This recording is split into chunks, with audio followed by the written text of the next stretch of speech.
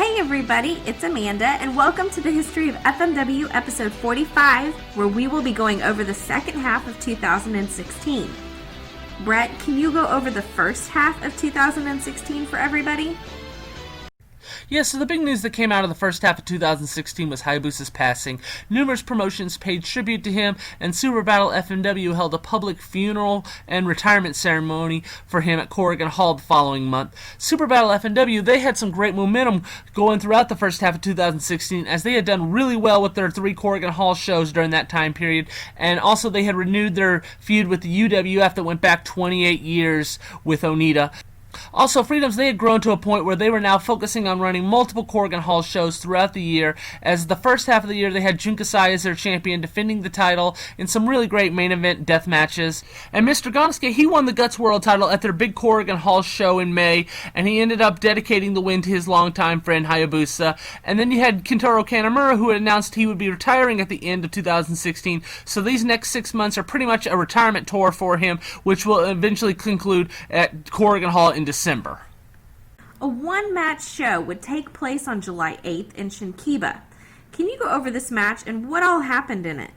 So this goes back to the June 21st Corrigan Hall show, when after the show ended, Kendo Kashin, he would go up to Onita in the Corrigan Hall lobby and begin attacking Onita's assistant Pandita to set up this match. This is going to be a one-match show, so I guess they were able to get a good deal here at Shinkiba, although the fact that they were able to draw some fans was a positive, and they had one fan actually pay a lot of money to be able to sit in a chair in the corner in the ring during the match. Kashin would go after Pandita right away, but Nosawa and Kikuzawa would be with Pandita, and they would go after Kashin and begin brawling with him, as Kashin would end up taking them both up the bleachers of Shinkiba and banging them up against the wall of the building. While that's going on, Pandita would just take a seat in the corner, as Nosawa would begin fighting back and throw Kashin back in the ring, and they would all end up getting back in the ring as Nosawa and Kikuzawa would just continue to beat on Kashin to make this match go some sort of length, with Kashin trying to get to Pandita, but Nosawa and Kikuzawa would prevent him from being able to touch him. There's even a spot here where Nosawa would end up hitting Kashin with a seat cushion, and Kikuzawa would cover him, and the referee would actually count 2 before Kashin would kick out, which makes no sense whatsoever, since this match is with Pandita and Kashin and not Nosawa and Kikuzawa. They would end up bringing a table in the ring when Kashin would just begin cleaning out everyone in the ring and free himself and go after Pandita and grab Pandita's mask off to reveal that it's Onita. And this would get a huge pop, as Onita right away would spit red mist in Kashin's face, and then Onita would then take Kashin and pile drive him through the table and get the win. The actual Pandita, who's much shorter than Onita, would come to the ring, as Onita would end up putting the Pandita mask back on, and then they would all begin dragging Kashin to the back when Kazuyuki Fujita, who Kendo Kashin is the real-life agent to him, he would come over and just rip the Pandita mask off, and they would begin fighting, as Fujita would have to be held back from going after Onita. This would begin the Onita versus Fujita feud that would not really pick up for another 16 months or so. This angle here, with it being revealed that it was Onita under the mask, was great, but it was just torture getting to that spot here, as Nosawa and Kikuzawa, who were supposed to be the faces in this match, were just beating on Kashin the whole time, just to give the show some length and it not be just some 2-minute match to fill a whole show pretty much. Jun Kasai would promote his Deathmatch Carnival show on July 13th at Corrigan Hall, with a main event of him defending the King of Freedom World title. Can you talk about the top matches on the show and how the show did?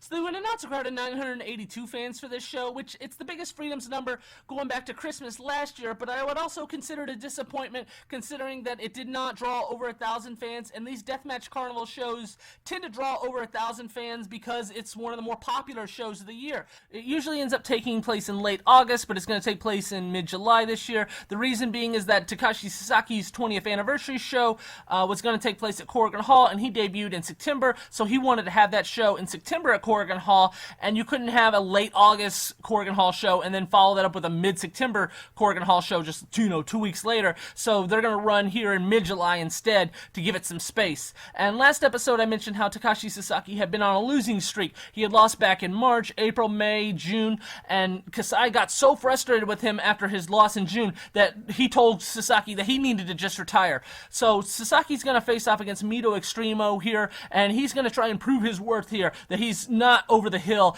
and then he still has something left in the tank, essentially. And this match was going to be a barbed wire board ladder death match. Mito would end up sending Takashi into the barbed wire board in the corner first, and then Mito would end up leaping off to the top with Takashi catching him on his shoulders and hitting a Death Valley bomb onto the barbed wire board. Sasaki would then send Mito flying over the top on a set of chairs stacked on the outside, and then Sasaki would end up taking Mito up to the top and suplex him off the top, sending him into the barbed wire board. Sasaki would then grab a ladder with light tubes attached to it, but Mito would end up grabbing Sasaki and dropping him onto the ladder with light tubes, and then Mito would end up picking Sasaki up and hit an impressive-looking deadlift German suplex, and then Mito would end up placing a stack of light tubes on the mat and charge at Sasaki, but Sasaki would end up picking him up and dropping Mito down with the D-Jice on the light tubes. Sasaki would then pull out a light tube that lights up and kick it across Mito's chest, and then nail him with a German suplex, and then nail Mito with a kick to the head, breaking another stack of light tubes, and pick up the win over Mito here. This was fine for a third from the top match, and now Sasaki, after getting one win after several months of losing,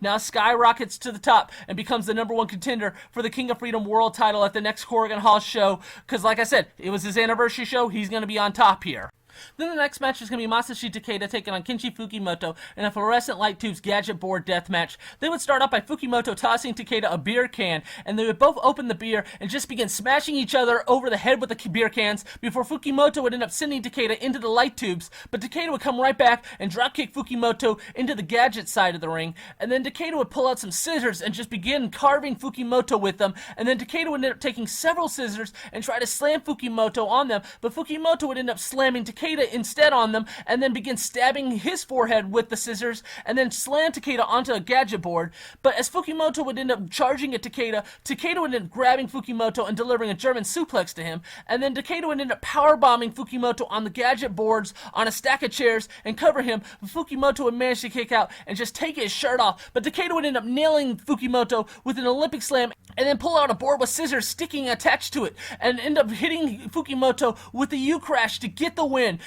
You can tell Fukimoto was in so much pain from this spot, as he wanted to get up before the 3 count even happened, as the scissors had not been properly dulled, so they would end up cutting open Fukimoto's back pretty badly, and he would end up being out of action for a little while with his back all cut up as a result. I didn't like this match at all, as I'm not the biggest let's do gore spots instead of wrestling spots guy, but this match, along with Fukimoto accidentally getting cut open really bad, actually did help Freedoms get noticed and gain this reputation as this promotion that does crazier things than you see in Big Japan. So it actually did help the aura of the promotion, even though, like I said, I didn't enjoy this match at all.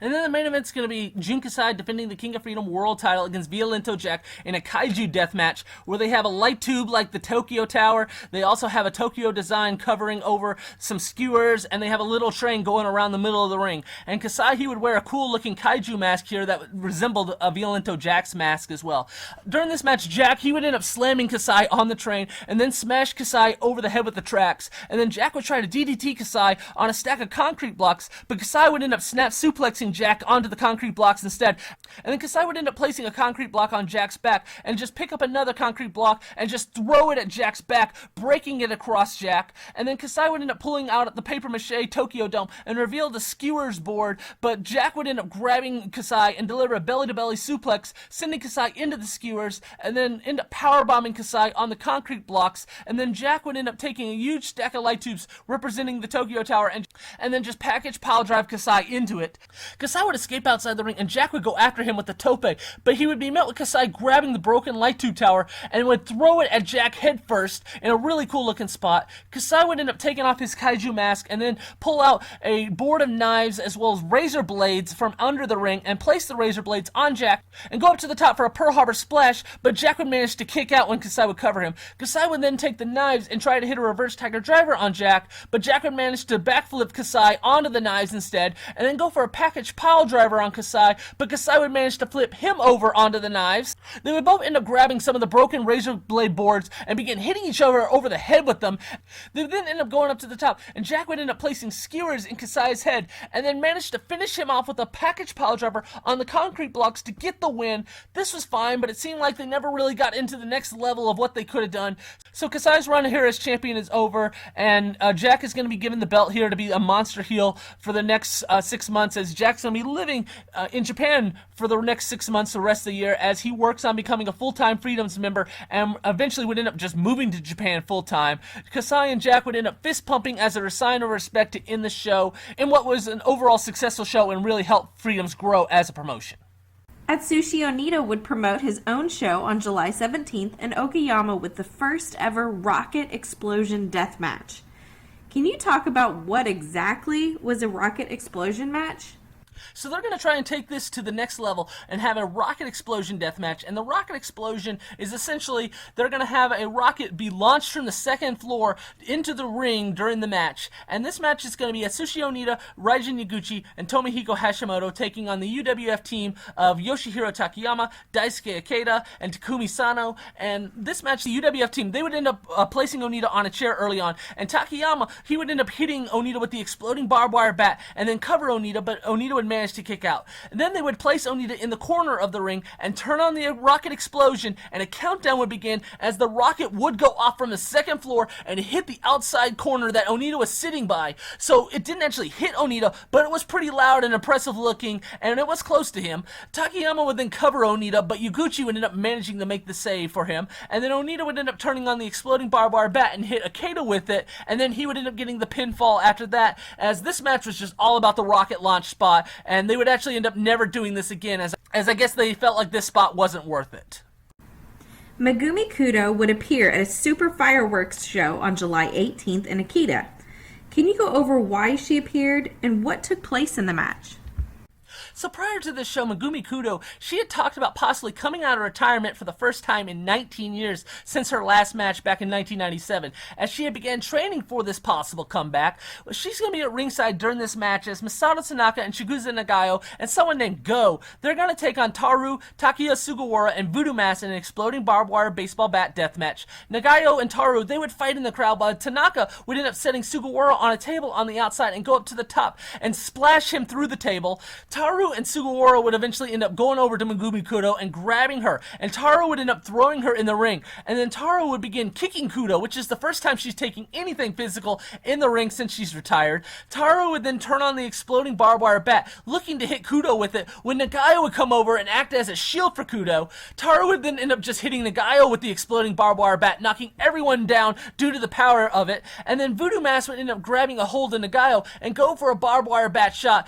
but Nagayo would end up moving out of the way as Voodoo Mask would end up accidentally hitting Taru with it, and then Nagayo would end up delivering a kick to Voodoo Mask, followed by Tanaka coming off the top with the Superfly Splash. Nagayo would then turn on the exploding barbed wire bat and hit Voodoo Mask with it, and then cover him and get the win, so the Nagayo, Tanaka, and Go team pick up the win here against the Voodoo Murders. Nagayo and Kudo would end up raising each other's hands and hug afterwards, with Tanaka joining in, as Nagayo and Kudo respected one another due to what they were able to accomplish in the business. This would be it as far as a possible Kudo return to the ring, as she would do nothing like this again, and the possible comeback would end up never happening.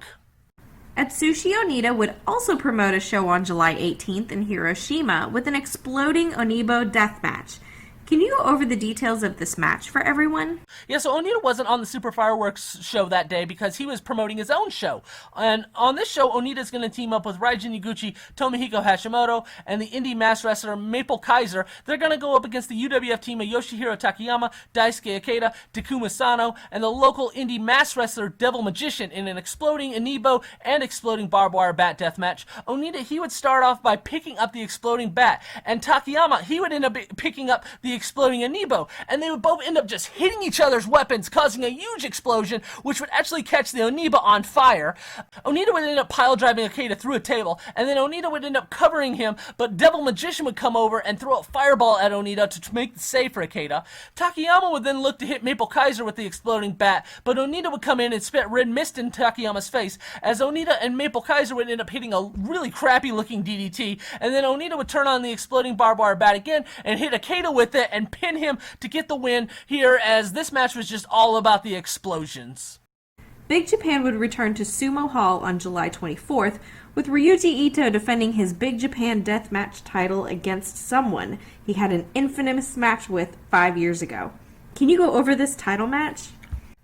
Yeah, so Ryuji Ito is going to defend the Big Japan Deathmatch title against Kintaro Hoshino. This is a callback to their 2011 Corrigan Hall match where Hoshino was not in a position to win the title at all, but the crowd so badly wanted him to win that night. Well, now it's 5 years later, and Hoshino has pretty much just been a tag team mid-card wrestler the whole time, but this makes for a really cool story to give him a title shot at Big Japan's WrestleMania show to try and win the title once again against Ryuji Ito. And this is going to be a scaffold concrete block death match, and this match would start off with Hoshino grabbing a barbed wire chair, and Ito would end up grabbing a kendo stick, but Hoshino would end up knocking the stick away, but then he would end up putting the chair down and charge at Ito, but Ito would end up picking up the chair and just throw it at Hoshino, and then Ito would begin just breaking the concrete blocks over Hoshino's back, and then take him into the aisle of Sumo Hall, where he would end up placing Hoshino on a table and climb up to the second level of the building and do a dive, sending Hoshino through the table. Ito would then bring Hoshino back in the ring, but Hoshino would fight back and break concrete blocks over Ito's back this time, and then place Ito on the ramp and place a barbed wire chair over him and hit a running senton that would hurt Hoshino as well. Hoshino would then end up hitting a running bulldog using the ropes to send Ito face first into the barbed wire chair in a really cool looking spot, and then Hoshino would try for a choke slam on Ito on the concrete blocks, but Ito would end up slamming him instead, but Hoshino would get up right away and just slam Ito onto them. Ito and Hoshino would then both agree to go up the scaffold, but Ito would end up bringing a chair with him, which would freak Hoshino out, as Ito would end up nailing Hoshino with that chair, and then place Hoshino on the chair, on the scaffold, and hit a Hurricane Rana, sending Hoshino flying off the scaffold into the turnbuckle in what could have been a horrible spot with how Hoshino landed, but because he was okay, it looked really cool. Ito would then go up to the top and nail Hoshino with a dragon splash, but Hoshino would manage to kick out, and then Ito would end up pulling a bag of salt and just dump it all over Hoshino, and then in a callback to their 2011 match, which introduced the syringe in the mouth spot to Japan, he would end up going after Hoshino with a syringe, but Hoshino would end up hitting Ito with a stunner, and then take the syringe and shove it in Ito's mouth this time, although this spot did not have the same effect that it did in the 2011 match when everyone was seeing it for the first time. Hoshino would then bring out a barbed wire stool and place it over Ito and nail another standing senton, which would hurt both of them, as Hoshino would cover Ito, but Ito would kick out right away. Hoshino would then go for a clothesline, but Ito would end up ducking it and hitting him with a German suplex, followed by tossing salt in Hoshino's face, and then going for a dive off the scaffold, but Hoshino would move out of the way, and Hoshino would then end up rolling Ito with a ghetto clutch, but Ito would manage to kick out. Ito would then throw salt in Hoshino's face again, and try to suplex him off the top on the barbed wire step stool, but Hoshino would get under Ito and powerbomb him onto it, and then hit a standing senton, and then climb up to the top of the scaffold, but Ito would get up the scaffold as well, and they begin striking one another on the top of that scaffold, but Hoshino would end up hitting Ito with a flapjack, knocking Ito off the scaffold, and then Hoshino would end up hitting a senton off the scaffold on Ito to get the win. This was a really good match, as they did a lot here, and it was a lot better than the previous Sumo Hall main event death match last year with Ryuji Ito and Abdullah Kobayashi just trying to kill each other for no reason. This match had a good flow, and they did a lot of stuff here that you don't see in every main event death match. Hoshino has been pretty much a career mid-carder at this point. Now he comes away having defeated the top guy in Big Japan at the biggest show of the year and is now the champion. So Hoshino is pretty much at his peak right here. This ends Ryuji Ito's one-year reign as deathmatch champion, as he's going to get moved down the card for a while, and he's also going to just stop dyeing his hair and his goatee, and he's going to look a lot older here coming up soon. I actually had dinner with Ito about a month prior to this match, and his wife Nikon Lee was supposed to join us, but Ito would tell me that she was just too tired to make it that night. But not that long after that, it would be announced that Ryuji Ito and Nikon Lee were splitting up, and she had already left Big Japan and began refereeing for independent promotions, and eventually would end up in a job with All Japan. So I don't know if Ito just stopped caring about his appearance, but it looked like Ito was having a really difficult time following this divorce, and he's pretty much just going to go from top guy of the promotion for the last 13 years in Big Japan to moving down the card to mid-card matches, and he's not going to be the man for a while. Also on July 24th in Osaka, Atsushi Onita would defend his Super Fireworks title against Masaatsu Funaki in an exploding barbed wire bat and exploding barbed wire board death match. Can you go over this match and what happened to Onita afterwards? Yes, so this is the follow-up to the FMW versus UWF feud that was going on in Super Battle FMW. Now they're going to take the feud to Super Fireworks, as the FMW versus UWF feud is pretty much done in Super Battle FMW at this point. Onita would give the commissioner, who is Megumi Kodo, the Super Fireworks title belt to hold up, and she would struggle to hold it up, as I've held this belt up once before, and it's a lot heavier than you would expect. Onita would go right after Funaki, and he would end up throwing him to the outside and throw him in the crowd, and then Funaki would fight back with some kicks, but he would end up getting back in the ring and be met with red mist spit in his face by Onita. And then Onita would take Funaki outside the ring again and then pile drive him through a table, and then Onita would throw Funaki back in the ring again and then turn on the exploding barbed wire bat and go to hit Funaki with it, but Funaki would move out of the way and Onita would end up hitting the turnbuckle instead and be knocked to the mat because of how powerful the explosion was. That would give Funaki an opening to just take Onita to the mat and then begin kicking Onita, and Onita would end up getting his arm up, and the kick would actually end up fracturing Onita's arm due to it being that stiff he didn't pull back any, and Onita would end up having to wrestle the rest of this match with a broken arm. Onita would end up coming back and spitting red mist in Funaki's face again, and then smash him over the head with a chair, followed by a really crappy looking Thunderfire powerbomb due to Onita's broken arm that he was dealing with. Onita would then smash Funaki over the head with a broken table piece, and then turn on the exploding barbed wire board and go to send Funaki into it, but Funaki would manage to reverse it and send Onita into the exploding barbed wire board instead. Then Funaki would turn on the exploding barbed wire bat and hit Onita over the back with another impressive-looking explosion, and then cover Onita, but Onita would manage to kick out. And then Funaki would turn on the exploding barbed wire bat again and hit Onita across the midsection with it, and that would be pretty much it, as Funaki would end up getting the win here in a pretty one-sided match in favor of Funaki, as Onita took all the explosion spots here and got his arm broken in the process. The UWF guys would then lift Funaki up in their arms in celebration, as this was good for what it was, as Onita pretty much got the crap beat out of him and then lost. The feud's still pretty hot at this point, and now adding Onita's Super Fireworks title to Funaki adds to the feud, but this was sadly pretty much the end of it actually, as Onita and Funaki wouldn't face off for another 7 months, with Onita eventually winning his belt back, and that pretty much being the end of what was a very hot FMW versus UWF feud. Mr. Ganasuke would promote his own show on July 26th in Shinkiba, with him having a match against a masked wrestler called Hayabusa. Can you talk about who Hayabusa was and talk about their match? So with Hayabusa's recent passing, Mr. Ganasuke wanted to honor Hayabusa and in a way wrestle him one more time. So he contacted Hiroshima, who had briefly done a gimmick called Hayabusa, where he dressed up as Hayabusa with the mask and the attire and everything, and he also did some of the same movesets as well. So in a way, this is as close as you're going to get to having one more Hayabusa versus Mr. Ganasuke match.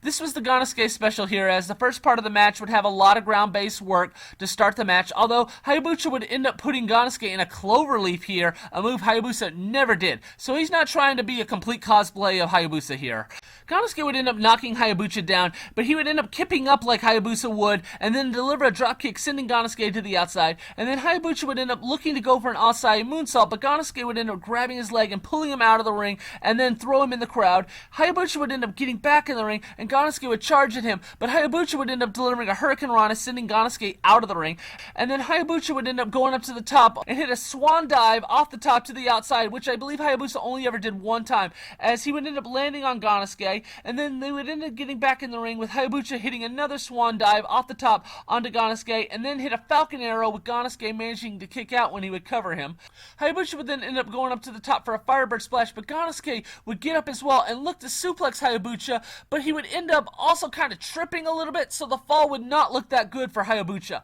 But he would still manage to get up, and Ganasuke would end up nailing him with a lariat, and then hit him with his own Falcon Arrow while screaming Hayabusa. Ganasuke would then end up hitting a praying powerbomb, and then go for a Fire Thunder, but Hayabusa would manage to escape and deliver a kick to Ganasuke's head, and then hit a running knee kick, which is a Hiroshima move, followed by going up to the top and hitting a Firebird Splash on Mr. Ganasuke to get the win here.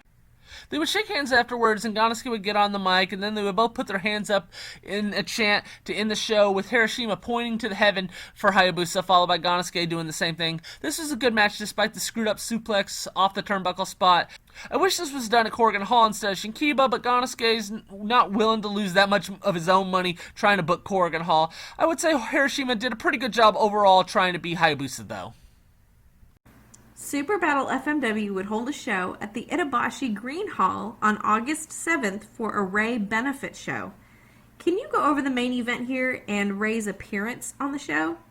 So this show was there to help pay her medical bills, and it's a nice gesture, but this is the only show that Super Battle FMW would run in August after only doing one house show in July, so this has pretty much killed the momentum of the promotion of what they had built up the first half of the year after running 3 successful Corrigan Hall shows. And this show was a small building with a nothing main event. You had Ray doing some spots here against the Jobber Mass Tag Team, the Shockers, before the main event of Atsushi Onita and Pandita against Raijin Yuguchi and Shocker number 1. There would be this awkward scene where one of the Shockers would end up schoolboying Pandita, and Pandita would end up clearly kicking out at 2, but the referee would still count 3 and call for the bell, and then everyone would just stand still, and then the match would end up just starting back up, with Onita and Pandita putting both Shockers in abdominal stretches, followed by Yuguchi putting in the referee in one as well, and then Yuguchi would end up just kicking Pandita low, and Shocker would end up going up to the top and hit a moonsault on Pandita and get the win here. They barely even bother to show Onita in any of the clips, although he was injured, so I'm sure he didn't do that much in this match,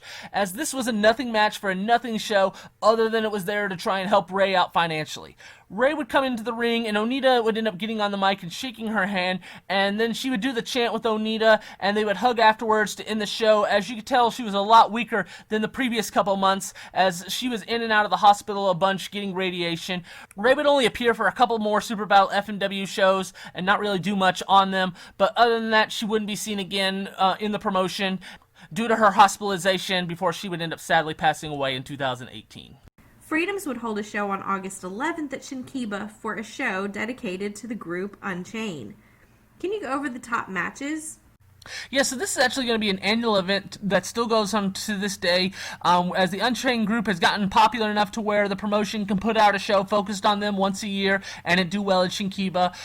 And then Minoru Fujita, he's going to take on Violento Jack in a barbed wire board death match. They've agreed to go at it like men here, with Fujita being the first one to get put through the barbed wire board after Jack would end up Irish whipping him, sending him flying into it. Jack would then take Fujita out of the ring and staple a flyer to his head, blinding Fujita. They would end up getting back in the ring, and Jack would end up taking the staple gun and just use it on Fujita's crotch. And then Fujita would end up selling the staple gun to the crotch for 3 seconds and then just begin striking Jack and then hitting him with a diamond cutter, sending Jack into the barbed wire board. Fujita would then set Jack on the Tree of Woe and place 2 other chairs next to him, and he would end up doing a sliding kick into them, sending them into Jack in a cool looking spot. Fujita would then send Jack out of the ring, but he would look to deliver a tope, but he would end up getting kicked in the head by Jack instead, and then Jack would end up doing his own tope, and then Jack would place the barbed wire board on Fujita and end up hitting a swanton bomb and then a senton splash onto the barbed wire board. Jack would then place the barbed wire board outside the ring and look to package pile drive Fujita off the apron into the barbed wire board, but Fujita would end up kicking Jack low and then place him on the top rope and hit a clunky-looking Hurricane Rana off the turnbuckle, sending Jack into the barbed wire board on the outside. Fujita would then end up bringing the barbed wire board up the turnbuckle with him, but the barbed wire would end up getting stuck on the rope, and Fujita would end up just having to abandon ship on that idea and just let go of the board when hitting Jack with a splash.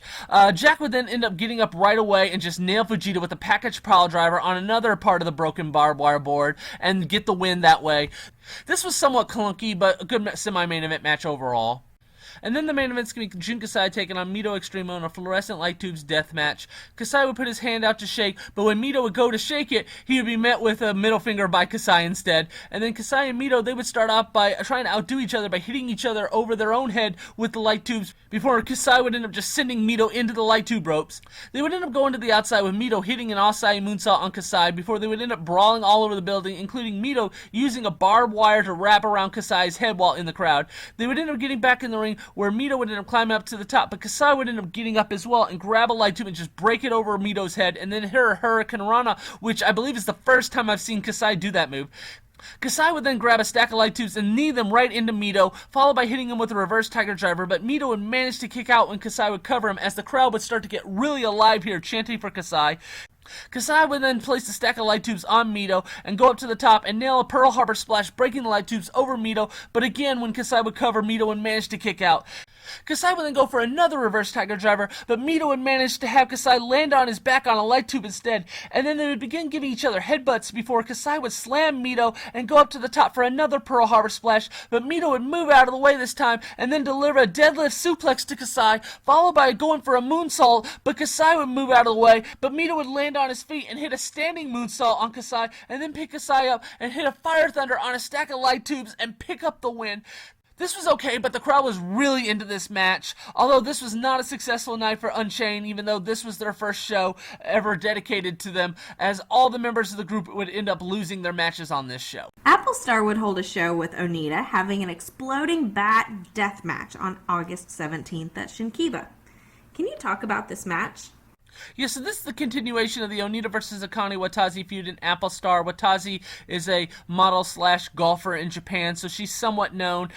This is going to be an exploding barbed wire bat death match. It's going to be Onita, Hideki Osaka, Riki Fuji, and Naoshi Sano taking on Raijin Yaguchi, Nosawa, Tomohiko Hashimoto, and Masahiro Sase with Watazi in their corner. Onita, he would end up hitting Yaguchi over the head with a chair, and then pile drive Nosawa through a table. Onita would then go to powerbomb Nosawa when Watazi and Yaguchi would come over and both spit red mist in Onita's face. Yaguchi would then turn on the exploding barbed wire bat and hit Onita with it, and then Nosawa would end up grabbing Onita as Watazi would look to spit red mist in Onita's face again, but instead she would end up getting red mist spit in her face as Onita would then turn on the exploding barbed wire bat and hit Sase with it and get the pin, so the Onita team gets the win here.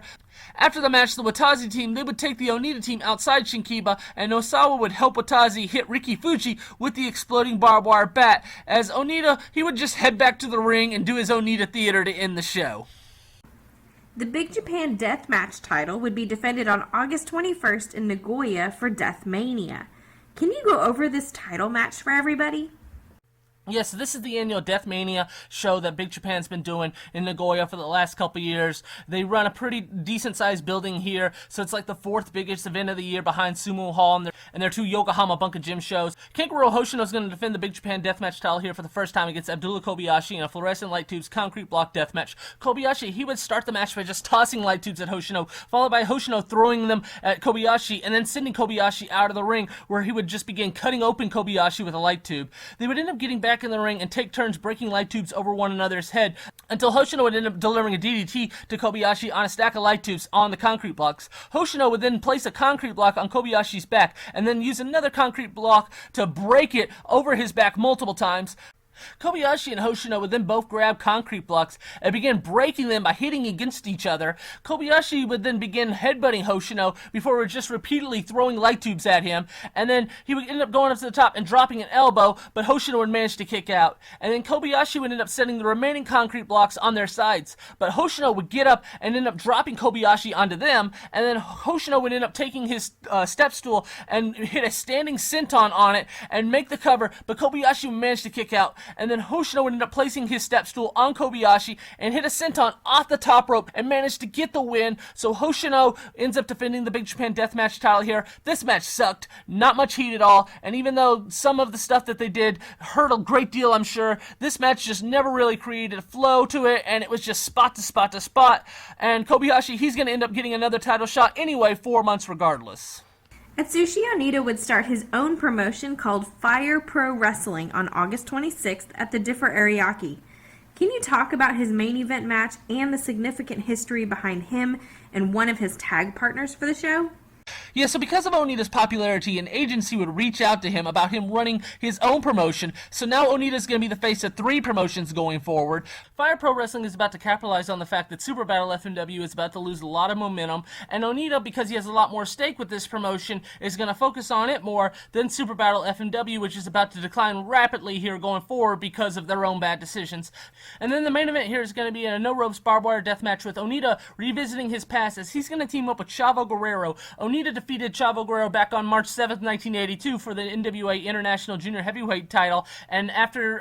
Guerrero took the loss, he ended up taking the trophy that Onita had won, winning the title, and would begin attacking Onita and would leave Onita a bloody mess. in probably Onita's most memorable angle that he ever did while in All Japan before FMW. So this is going to be a callback to their feud 24 years later with Onita and Chavo teaming up with Hideki Osaka and Nosawa to take on Kendo Kashin, Hideki Suzuki, Shogun Okamoto, and a masked guy going by the name Black Undercover F. Kashin, he would end up throwing Onita into the barbed wire, and then Onita would come back and spit red mist in Okamoto's face, and then Onita and Chavo would end up suplexing Kashin, and then Onita would grab a hold of Kashin when Chavo would come over to deliver a chop, but Kashin would move out of the way, and Chavo would accidentally end up chopping Onita instead, and then Kashin would end up bringing in a miniature trophy compared to what Chavo had used on Onita years earlier, and hit Chavo over the back when he wasn't looking, and then throw it at Onita, making Chavo think that Onita had hit him in a callback to the angle over the trophy. As Chavo would end up taking the trophy and just begin hitting Onita with it, when Nosawa would come over to argue with Chavo about attacking Onita,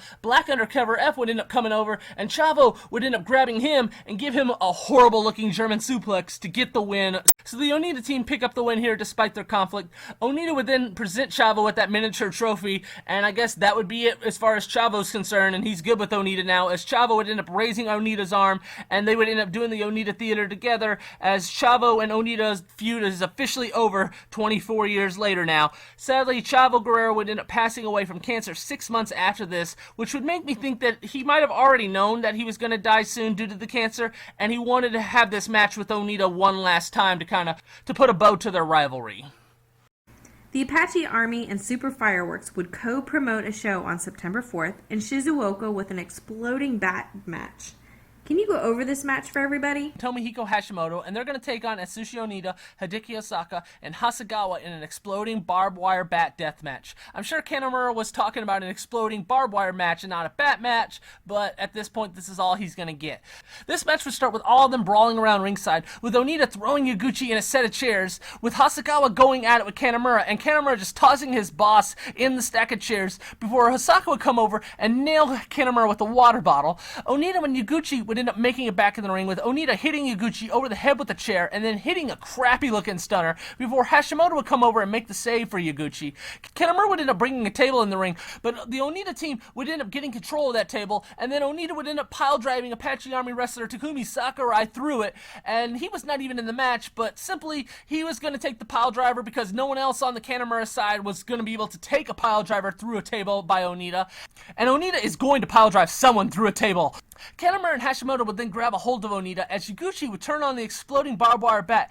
as Kanemura and Hashimoto would place Onita on a chair, and then Yaguchi would nail Onita with the exploding barbed wire bat with an explosion so loud you could tell it hurt Kanemura's ears. Kanemura would then turn on the exploding bat himself, as Hashimoto and Yaguchi would hold on to Hasegawa, and they would end up throwing Hasegawa into the bat, and Kanemura would nail Hasegawa with the exploding barbed wire bat, and another explosion so loud that Kanemura's ears were hurting, but Onita would come over and with the broken table piece and make the save for Hasegawa. Yaguchi would then grab Onita, and Hashimoto would go for the bat shot, but he would get met with Onita spitting red mist in his face, and then Onita would begin smashing everyone over the head with the broken table piece before repeated shots to Yaguchi, and then Onita would hit a DDT on Yaguchi with Kanemura having to make the save. Osaka would come over and give Kanemura a Hurricane Rana, followed by Hasegawa nailing Kanemura with the splash, and then they would turn on the exploding barbed wire bat again, and Hasegawa would take the bat, and Onita and Osaka would send Kanemura into Hasegawa's way, and Hasegawa would nail Kanemura with the exploding barbed wire bat and cover him and get the win. This was every Onita match, although it was nice that Kanemura was able to get his deathmatch wish here against Onita, although they would end up doing another exploding barbed wire bat deathmatch 3 months later. Freedoms would also hold a show on September 4th for their annual Iowate show. Can you go over the matches on the card? So on this show, it's going to be the Great Kabuki teaming up with Jintaro's alter ego Bintin and Onryo to take on the Great Sasuke and the Brahmin Brothers. Kabuki and Sasuke, they would start off the match by doing a lot of stalling comedy until Kabuki would end up spitting mist in the air, causing Sasuke to just tag out. Kabuki would then tag in Onryo, who would come in and get dust all over one of the Brahmin Brothers, and then Bintin would come in and get water spit in his face by the Brahmin Brothers, and then all 6 wrestlers as well as Karate Brahmin would end up brawling around ringside, with Sasuke getting thrown in the crowd. Karate would end up taking one of his vegetables and try to hit the Great Kabuki over the back of his head with it, But he would come in the ring as one of the Brahmin brothers would grab a hold of Benton, as Karate would end up just spitting a watermelon all over Benton's face. Benton would end up pulling out his umbrella and just begin spinning it around, which would completely hypnotize the Brahmin brothers and Karate Brahmin.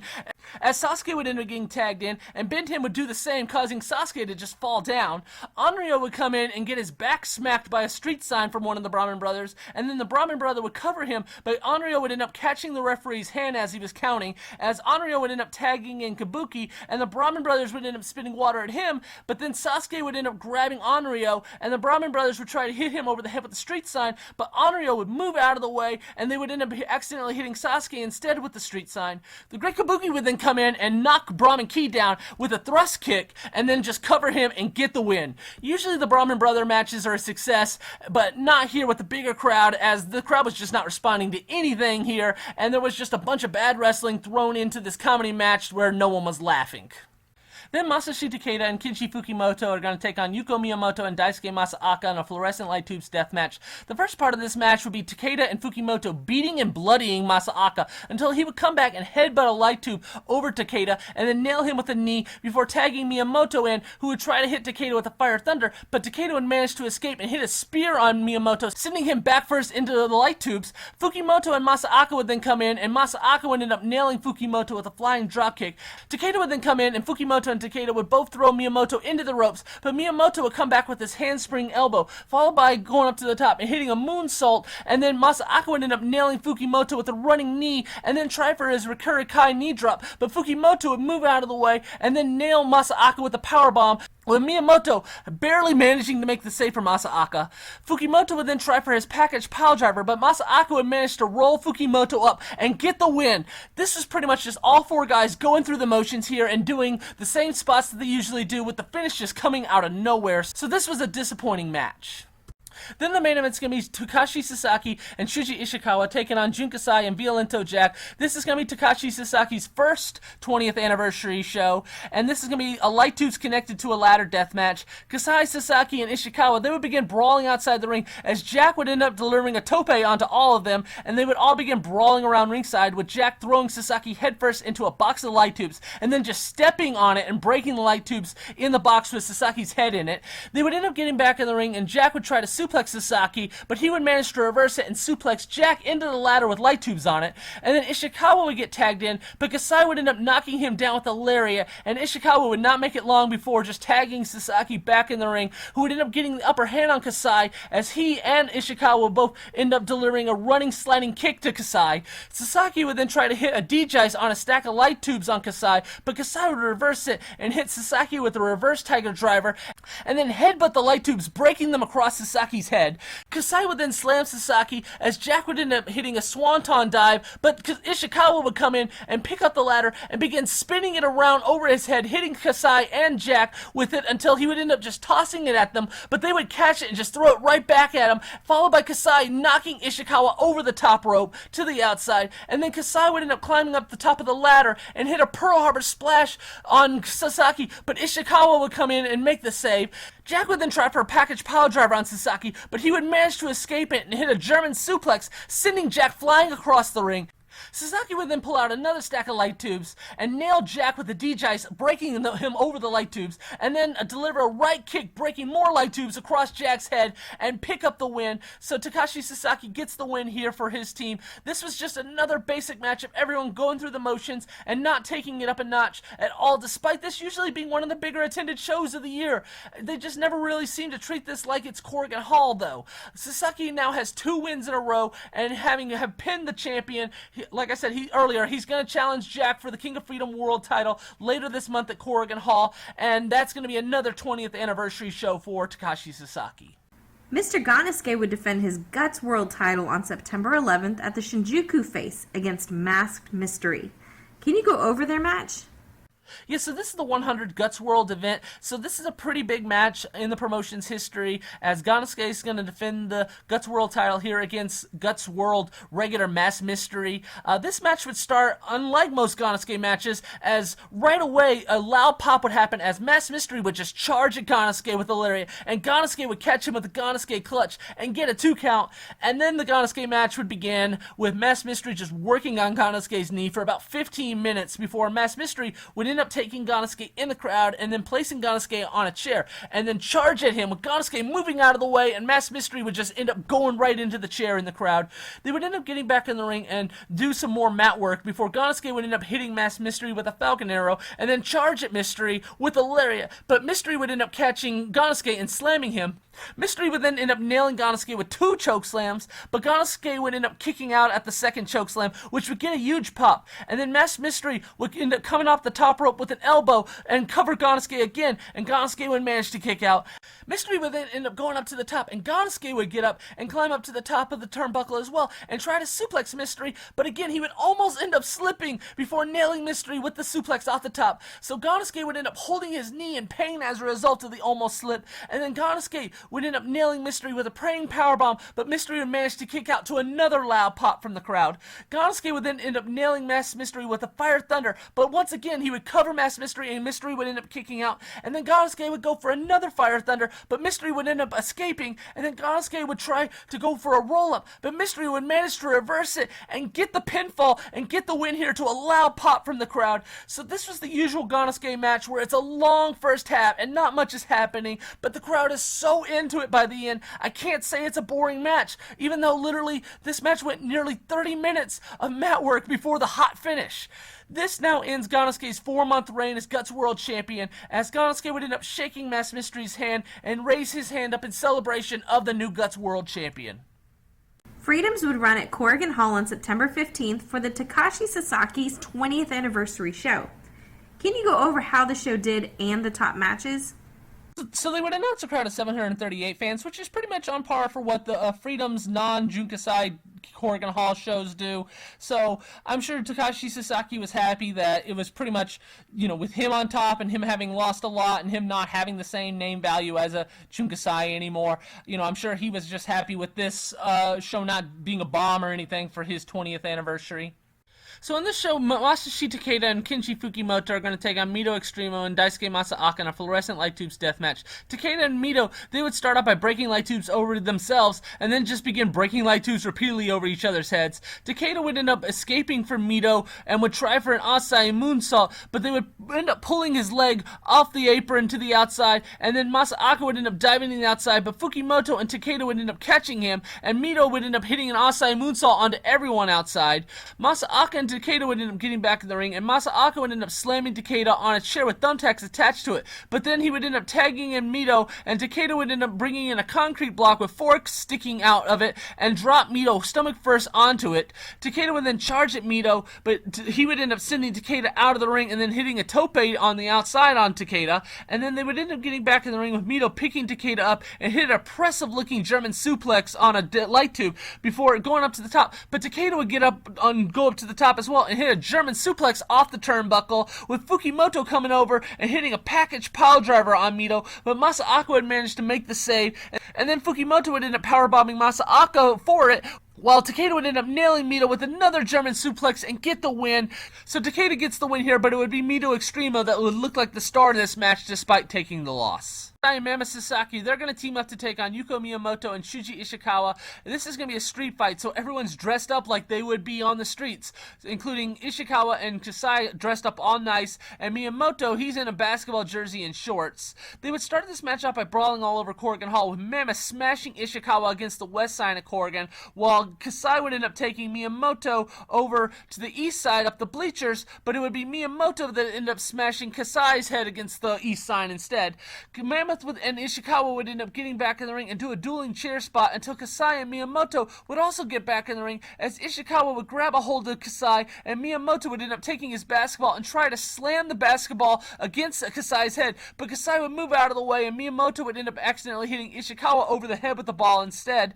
Mammoth would then set up Ishikawa on a table on the outside, as Kasai would climb up a ladder and dive off the top of the ladder, sending Ishikawa through the table. Kasai would then drop the ladder over Miyamoto out and then charge at him, but Miyamoto would end up catching Kasai and suplexing him, followed by going up to the top and going for a moonsault, but Kasai would manage to get up his knees. Kasai would then end up hitting a reverse Tiger Driver on Miyamoto, but Ishikawa would manage to make the save by hitting Kasai with the ladder. Ishikawa would then begin hitting both Mammoth and Kasai with the ladder before just tossing it at them, but they would both catch it and just toss it right back at Ishikawa, with Mammoth hitting a clothesline, sending Ishikawa out of the ring. Kasai would then place a chair over Miyamoto and then go up to the top for a Pearl Harbor splash. But as he was doing this pose, Miyamoto would get up and just throw a chair at Kasai and then bring a table over and climb up to the top and hit a Fire Thunder off the turnbuckle on Kasai, sending him through a table in a really cool looking spot. Mammoth would then come over and place a chair over Miyamoto and go for a Mammoth home run, but Miyamoto would duck it and hit Mammoth with the chair and then pick Kasai up for a Fire Thunder, but Kasai would manage to escape and hit a reverse Tiger Driver on Miyamoto and then go for a lariat on him, but Miyamoto would end up rolling Kasai up with the Ganasuke clutch and get a 2 count. Mammoth would then place a chair over Ishikawa's head and hit him with the Mammoth home run, and then place a ladder over 2 chairs and try to suplex Ishikawa off the turnbuckle, but Ishikawa would end up headbutting Mammoth and then powerbombing him on the ladder and then nailing him with a knee. Kasai would come over and begin hitting Ishikawa with lariats, but as he would charge at him, Miyamoto would come out of nowhere and hit Kasai with a lariat. Ishikawa would then hit his Splash Mountain powerbomb on Kasai, and Miyamoto would climb up to the top of the ladder and hit a moonsault on Kasai to get the win. This was a great match, a lot of action, and the crowd was really into it, and it was made even more impressive that Ishikawa and Kasai were all dressed up nicely for this match. And then the main event's going to be Takashi Sasaki's 20th anniversary match, as he's going to challenge Violento Jack for the King of Freedom World title in a weapons glass board death match. Jack would try to send Sasaki into the glass board in the corner right away, but Sasaki would stop himself just short and then kick Jack in the head, and then Sasaki would try to suplex Jack through the glass board, but Jack would manage to escape and then hit a belly-to-belly suplex, sending Sasaki through the first glass board.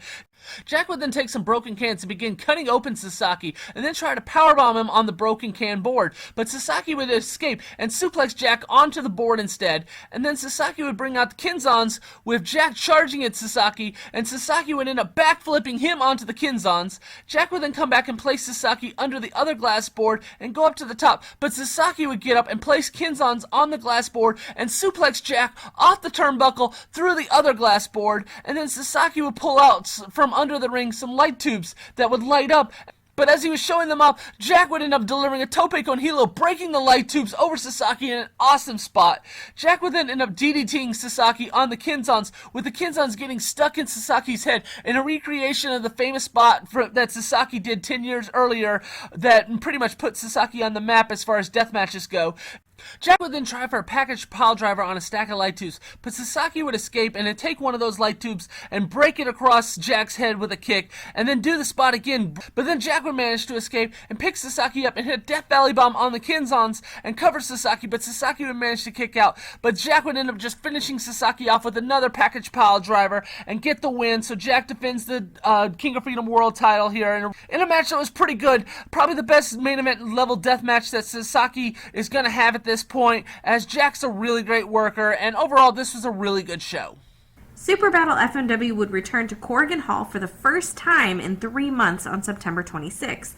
Can you talk about how the show did and the main event that took place? So we announced a crowd of 1,000 fans here, and I'm guessing the number was much lower than what was announced. But I talked about it earlier, how Super Battle FMW took 3 months off, essentially, and all the momentum that they had gained throughout the first half of the year from December to June was pretty much just wiped away now. The UWF main event feud is now on hiatus, and when it would come back, it would be for other promotions, and they are left with the same FMW versus Wing feud that they ran to death for a year straight, and now you're going to have Onita running his own promotion, and it just seems like whoever's booking this promotion just kind of gave up as far as caring about the growth of the promotion and keeping it hot. The big draw for this show really was just Onita versus Kanemura in a tag match for the final time at Corrigan Hall, as Onita's going to team up with Tateki Osaka, Riki Fuji, and Kasaku, and they're going to take on Yoshihiro Takayama, Wing Kanemura, Raijin Yaguchi, and Nosawa, and this is going to be a barbed wire board scramble bunkhouse death match. And Onita, he would run to the ring first and grab the trash can of weapons and pull out the barbed wire bat, but Takayama would take it from him and try to hit Onita with it, but Onita would hold up the garbage can to block it. Takayama would then throw Onita Onita into the barbed wire board, and then him and Yaguchi would end up suplexing Onita through the barbed wire board, and then Onita and Kanemura would begin headbutting one another before Nosawa would end up tossing Kanemura a guitar, and Kanemura would end up smashing the guitar over Onita's head, and then Kanemura would go for the barbed wire bat shot, but Onita would end up spitting red mist in Kanemura's face, and then hit him over the head with a broken table piece. Onita would then go to spit mist in Kanemura's face again, but Gasaku would get in the way and get mist spit in his face instead, and then Kanemura would end up grabbing a chair and just nail Gasaku over the head with it and pick up the win as the Wing Monster Army team get the win. Kanemura gets his win over Onita like it's this big deal that Kanemura's team beat the Onita team, even though Kanemura didn't actually get the win over Onita, and he had won tag matches against Onita in the past, just never actually pinned Onita, as Onita was never going to be willing to put Kanemura over, even in a tag match, and if he wasn't going to put him over in this match, he was never going to put him over. Onita would end up going up to Kanemura and show respect to him afterwards, as he would end up doing the Team No Respect Brief Brother dance for the first time ever, as Onita and Kanemura would hug afterwards, and then Onita would end up pouring water over Kanemura's head as he was leaving the ring. This was a nice ending to what I'm sure was the same match over and over, like I've talked about. And like I mentioned earlier, this was a complete meltdown of what was a hot promotion a couple months ago, and it's just going to get worse. Fire Pro would then run a Halloween special on October 21st at Shinkiba with the Falls Count Anywhere Exploding Bat Deathmatch. Can you go over the highlights of this match? Yeah, this is going to be a barbed wire board, exploding barbed wire death match, and all the wrestlers are going to have a Halloween theme here, dressed up differently. As Onita, he's going to go as Devil Nita Man, where he's pretty much the Joker. Hosaka, he's going to go as Darkside Panda, so he's in a panda outfit. Hasegawa is going to go as a witch, and they're going to take on Raijin Yaguchi, going as Jesus. Tomohiko Hashimoto is going to go as a thief, and Nosawa is a mummy here. Hashimoto and Yaguchi, they would end up suplexing Onita into the barbed wire board, and then take him outside Shinkiba, with Yaguchi hitting Onita with the exploding barbed wire bat, and then they would grab Hasegawa and end up hitting him with the exploding barbed wire bat as well outside, and then they would bring Hasegawa back in the ring, and Yaguchi would end up nailing him with the lariat to get the win. Really not much here was shown. Afterwards, all the wrestlers would end up starting to dance to Michael Jackson's Thriller, with Onita showing his dance moves to the crowd in what was the most noticeable thing about this match that was shown. Freedoms would hold a show on October 27th at Shinkiba to set up for their upcoming Corrigan Hall show.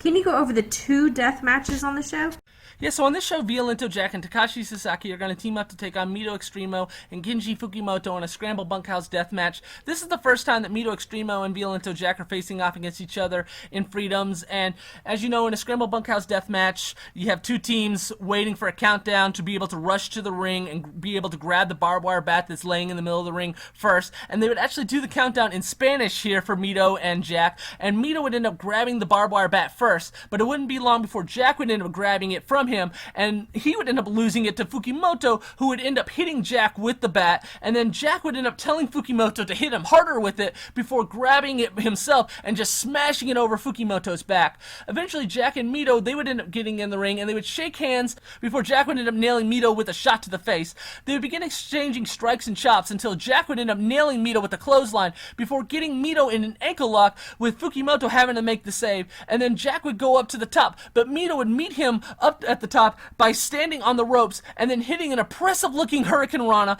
as Fukimoto would then come over and try to hit a package pile driver on Jack on the barbed wire board, but Jack would end up flipping Fukimoto over on instead. Jack would then end up hitting a flying elbow drop on Fukimoto, and then go for a package pile driver, but Mito would end up coming over and pick Jack up and hit an impressive-looking deadlift suplex, with Jack getting up and going for a clothesline, but Mito would move out of the way, and then Fukimoto would end up hitting a package pile driver on Jack to get the win, so Fukimoto ends up getting the upset win over the King of Freedom World Champion here in a tag match. Then the main event's going to be Jun Kasai and Daisuke Masaaka taking on Yuko Miyamoto and Asami Kodaka in a fluorescent light tubes death match. This match would start off with all of them brawling around before Kasai would end up handing Kodaka a beer can, and Kasai would have one himself, and they would both begin chugging from the beer can and then begin hitting each other over the head with the cans before they would just start throwing each other into the light tubes and then start brawling in the crowd, where Kodaka would end up going up to the top of the bleachers and delivering a diving knee drop off the bleachers onto Kasai. Miyamoto and Masaaki Masaaka would then get in the ring, but Kodaka would come in and help Miyamoto throw Masaaka into the light tubes, and then Kodaka would place the light tube in Masaaka's shirt and kick it and break it over Masaaka's back, and then Kodaka would end up pulling the light tube out, and the light tube had broke, but not really, and as a result, it looked like this long balloon that had not successfully been blown up yet. Miyamoto would then come over and break the light tubes across Masaaka's chest, as Masaaka would manage to fight back by throwing Miyamoto into Kodaka, and then using Kodaka to hit a tornado DDT on Miyamoto, followed by an Asai moonsault on Kodaka to the outside, before coming back in with a stack of light tubes and climbing up to the top, where he would toss the light tubes to Kodaka, who would catch the light tubes, and Masaaka would end up hitting a flying dropkick, breaking those light tubes across Kodaka. Miyamoto and Kasai would then enter the ring, and Miyamoto would end up nailing Kasai with a chair shot to the head, but Kasai would no-sell it, and then lariat Miyamoto, and then hit a reverse tiger driver on him, and then break the light tubes over his knee, but they would not break again, as these light tubes that they got for this match were a faulty batch. I've never seen this happen before or after. Kasai would then end up hitting a Pearl Harbor splash on Miyamoto, and then going for a reverse tiger driver on him, but Kodaka would come in and super kick Kasai and then deliver a tope to Kasai on the outside, as Miyamoto would try for a handspring elbow at Masaaka, but he would end up missing it, and Masaaka would end up nailing Miyamoto with a super kick, and then he would grab a stack of light tubes and headbutt the light tubes up against Miyamoto before dropping him on the stack of light tubes, and then Masaaka would go up to the top, but Kodaka would come over and grab a hold of him, but Kasai would then also come over and grab a hold of Kodaka, leaving Masaaka free to try and come off the top for a Rakura Kai on Miyamoto, but Miyamoto would move out of the way, and then Miyamoto would end up hitting Masaaka in the face with a running knee kick, and then pick up Masaaka and nail him with the Fire Thunder, which Masaaka would still manage to kick out to a huge pop from the crowd here, and a Masaaka chant would begin as Miyamoto would go up to the top rope and hit a moonsault and finally put Masaaka away here for the win. This was a great match. One of the best Freedom matches, and it's such a hidden gem because it wasn't on Samurai TV or it didn't happen at Corrigan Hall. This is probably the best Shinkiba match in the promotion's history, as the crowd was so hot, and I've talked about how every Shinkiba show has pretty much been the same here, especially the last couple years. They've just been there to set up a Corrigan Hall show, and even though this match did help set up a Corrigan Hall show, this match stands out by itself. There will be one more match kind of like this in April 2018, where the crowd at Shinkiba was super hot for a great match.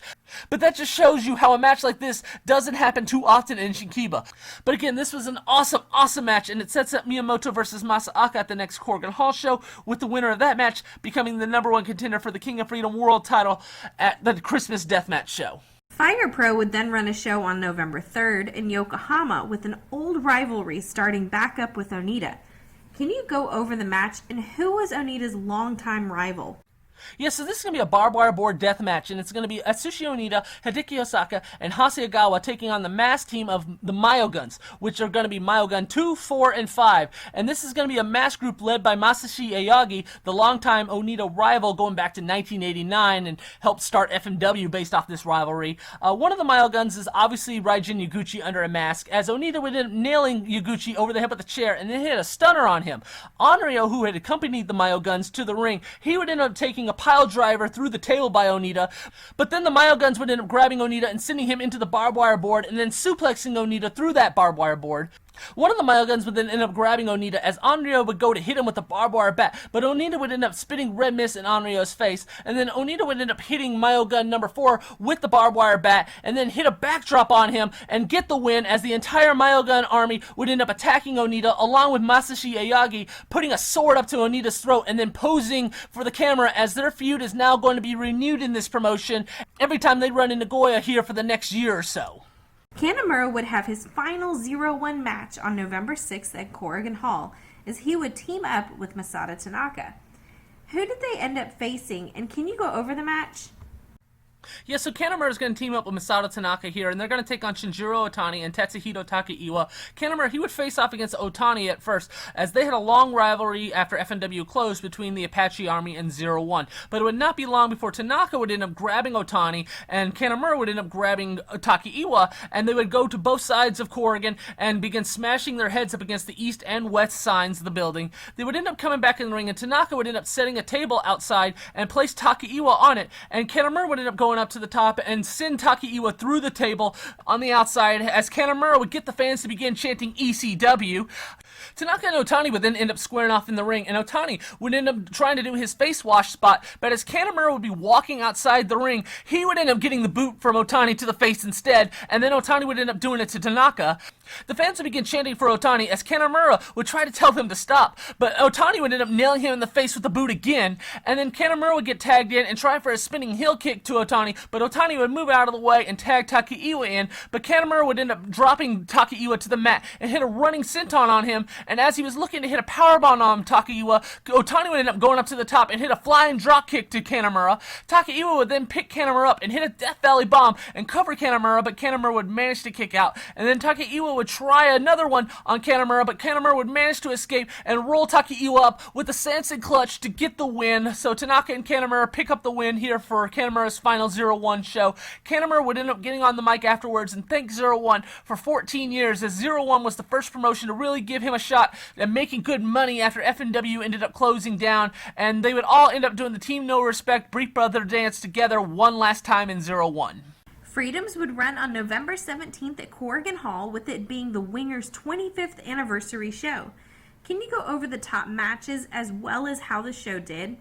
Yes, they would announce a crowd of 652 fans, which is not a good number at all, but they're going to come across shows like this when they're trying to expand or run Corrigan Hall more, and with it being the first time they're running in November, just 2 months after running Corrigan Hall for Sasaki's 20th anniversary show, and you have the Christmas Deathmatch show in 1 month, and the big draw here is that it's the Winger, who is a mid-carder, his anniversary show. You're going to end up having a low number like this as a result, especially when Jun Kasai is not in the top match. So in this show, Takashi Sasaki, Violento Jack, and Shuji Ishikawa, they're going to team up to take on the Unchained team of Jun Kasai, Masashi Takeda, and Kinji Fukimoto in a TLC deathmatch. This match would start with all of them brawling all over ringside, with Ishikawa picking Takeda up by his legs and send him flying into the front seats before grabbing a ladder and hitting Takeda with it. They would end up getting back in the ring, and Takashi Sasaki would end up just tossing a chair at Fukimoto's face, but then Takeda would come in and place a chair over Sasaki's face and smash it with a chair, and then he would try to suplex Sasaki onto the ladder, but Sasaki would counter and drop Takeda onto the ladder instead, and then tag Shuji Ishikawa in, as Ishikawa would end up picking Takeda up and try for a powerbomb, with Takeda managing to escape and then hit a suplex on Ishikawa on the ladder, and then Ishikawa would get up and powerbomb Takeda on that ladder, and then Jack and Kasai would end up getting tagged in, and they would do a dueling chair spot, but Kasai would end up picking up the ladder and just throw it at Jack, who would then place it over his head and charge at Kasai with it, but Kasai would duck it and then suplex Jack with the ladder going flying across the ring. Sasaki and Ishikawa would then set up a table as Jack would go up to the top and try to suplex Kasai off the top turnbuckle, but Takeda and Fukimoto would come over and send Jack through the table, and then Kasai would go up to the top and hit a Pearl Harbor splash on Jack, with Sasaki and Ishikawa having to make the save. Jack would then pick Takeda and Fukimoto up on his shoulders and drop them down on the mat, and then go up against Kasai, but Kasai would end up headbutting Jack and then hit a reverse Tiger Driver on him and cover him, but Jack would manage to kick out. Kasai would then go up to the top when Gunzo, an independent wrestler from Osaka, would come over and smash Kasai over the head with a chair, and then Jack would end up finishing Kasai off with a package pile driver to get the win, as the fans would not be happy about this. This was good for what it was meant to be, as Gunzo would end up getting on the mic and challenge Kasai to a singles deathmatch at the Christmas Deathmatch show next month at Corrigan Hall. Then the next match is going to be the Winger taking on Tajiri for the Winger's 25th anniversary match. The Winger and Tajiri, they went way back to IWA Japan in the mid-90s before both would end up working in Big Japan as well, so they knew each other really well. This would have a lot of mat work at the start, and after a while, the Winger would end up throwing Tajiri into the ropes, and he would come back with his handspring elbow and then try for a buzzsaw kick, but the Winger would move out of the way and end up rolling Tajiri up with a La Magistral with Tajiri kicking out. The Winger would then go up to the top for a senton and nail Tajiri, but then the Winger would end up charging and getting nailed in the head with a kick by Tajiri, and then follow that up with a buzzsaw kick from Tajiri, and Tajiri would end up getting the win here. This was a strange ending to the Winger's career in Freedoms. He started with the promotion back in 2009, and he had actually been with the Apache Army guys many years prior to that, so he had a long history with Takashi Sasaki, Kintaro, and all of them, so he had a job for life in Freedoms. Even though he was very limited due to his 25 years of deathmatch matches, and, his body was breaking down. He had an easy job for life. He could do comedy matches and stuff like that.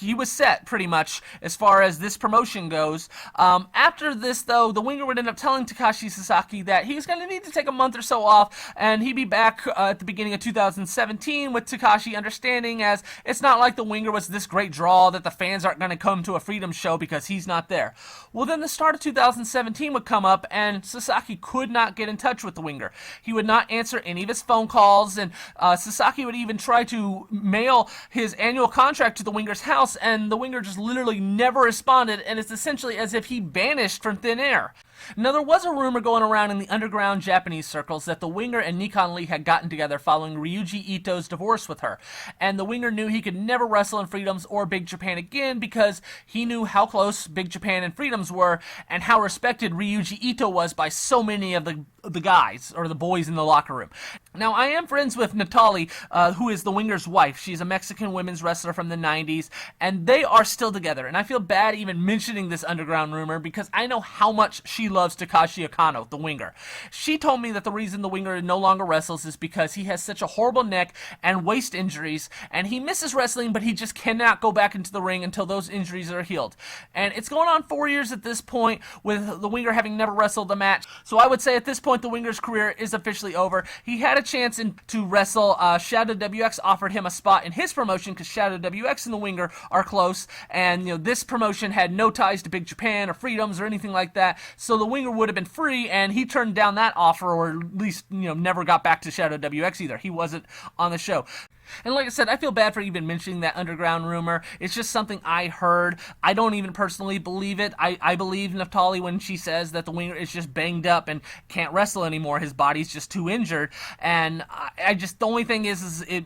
weird how the Winger handled himself and, going ghost essentially on Takashi Sasaki when he could have, at least told Takashi, hey, I don't want to wrestle anymore. And I'm sure he would have understood, instead of just going ghost and not responding to him. So that whole thing is weird and suspicious, but like I said, I don't really personally believe the rumor. At least I hope it's not true, because like I said, I know much how Natali loves Takashi Okano, and I hope that nothing ended up happening that would possibly, jeopardize their marriage, because, it's been 20 years and she is still very passionately in love with him. Then the main event's going to be Yuko Miyamoto taking on Daisuke Masaaka in a fluorescent light tubes ladder death match. The winner of this match gets a shot at the King of Freedom World title at the next Korakuen Hall show in December. Masaaka, he'd be the first one thrown into the light tubes, and then Miyamoto would end up getting Masaaka in the corner and just begin kicking light tubes, breaking them across him, as well as headbutting a light tube over Masaaka's head, as Miyamoto would then end up taking a light tube and just begin cutting Masaaka open with it. Miyamoto would then take 2 light tubes in Masaaka's shirt and slam him, breaking the light tubes over Masaaka's back, followed by putting more light tubes in front of Masaaka's shirt before hitting a standing senton, breaking more of the light tubes across Masaaka's stomach. Miyamoto would then go for a lariat, but Masaaka would end up ducking it and then hitting a flying dropkick, sending Miyamoto out of the ring, and then Masaaka would end up hitting an Asai moonsault on Miyamoto, and then Masaaka would end up taking a light tube and begin cutting open Miyamoto with it, and then toss him back in the ring and go up to the top and throw a stack of light tubes at Miyamoto, with Miyamoto catching them, and Masaaka would then end up hitting a flying dropkick from the top, breaking those light tubes across Miyamoto. Masaaka would then end up going up to the top for a Kurikai knee drop, but Miyamoto would move out of the way and then hit a handspring elbow, followed by picking Masaaka up and hitting him with the Fire Thunder and covering him, but Masaaka would manage to kick out. Miyamoto would then grab a ladder and begin climbing up to the top of it and go for a moonsault, but Masaaka would manage to get his knees up when Miyamoto would come down on him. They begin striking one another, and then Masaaka would end up charging at Miyamoto, who would end up catching him and go for a Fire Thunder, but Masaaka would manage to escape that and hit his own Fire Thunder on Miyamoto, and then Masaaka would climb up the ladder, but Miyamoto would get up and climb up the ladder as well, but he would end up being met with a headbutt from Masaaka, and then Masaaka would end up powerbombing Miyamoto off the ladder, and then Masaaka would climb up to the top of the ladder and hit a Rakura knee drop to get the win over Miyamoto. This was a really good match, although it was not as good as the tag match the month prior at Shinkiba, but now Masaaka gets the big win and gets put in line for a King of Freedom World title match against Violento Jack at the Christmas Deathmatch show at Korakuen next month. Super Battle FMW would come back to Korakuen Hall for a retirement show of a long-time FMW women's wrestler on November 24th. Can you go over the retirement ceremony as well as the main event on this show? So they would announce a crowd of 900 fans for this show, so I'm sure it's another financial hit that this promotion is taking running Corrigan Hall. The big draw here was Shark Tashia's retirement, as Tashia had suffered some health issues and ended up losing one of her legs, and really her career had ended about a decade earlier. But it is nice that she's getting to retire under the FMW name, but this by no means should be a big draw of a show, and that's one of the reasons that this show did so poorly. Shark, she would end up coming out to the ring with her Mad Dog military members, Crusher Maya Demore and Bad Nurse Nakamura, as she would get her 10-bell retirement salute, and streamers would get thrown in the ring. Shigusa Nagayo would then hit the ring, as they had feuded in FMW in 1995, and it would look like they're going to shake hands, but then Tashia would end up hitting her with a barbed wire stick, and then cover her as a referee would appear out of nowhere and count 3, and give the win to Shark here, as Nagayo and Tashia would end up shaking hands. Tashia would then end up getting on the mic and cutting a heel promo, with the fans going along and booing her rather loudly, as Maida Mori and Tashio would end up hugging afterwards, which was a cool emotional moment, as these two went way back to the early days of FMW with one another and had always been with each other. And so I'm glad that this happened, even though, like I said, really shouldn't have been the top draw of the show. Then there would be the main event, and this was a total booking nightmare. The FMW 6-man Street Fight Tag Team titles, which had been brought back at the end of last year, and they had stopped defending them back in March, were now vacated after doing nothing with them for 8 months. And they're now going to become the 8-man Tag Team titles for this match, as Onita is going to team up with Hideki Osaka, Raijin Yaguchi, and High 69, and they're going to take on this Tiger Mask group of Great Tiger, Tiger Mask El Mascarado, Black Tiger 5, and Black Tiger 7, in this weird Onita feud with a bunch of fake Tiger Mask and Black Tigers now.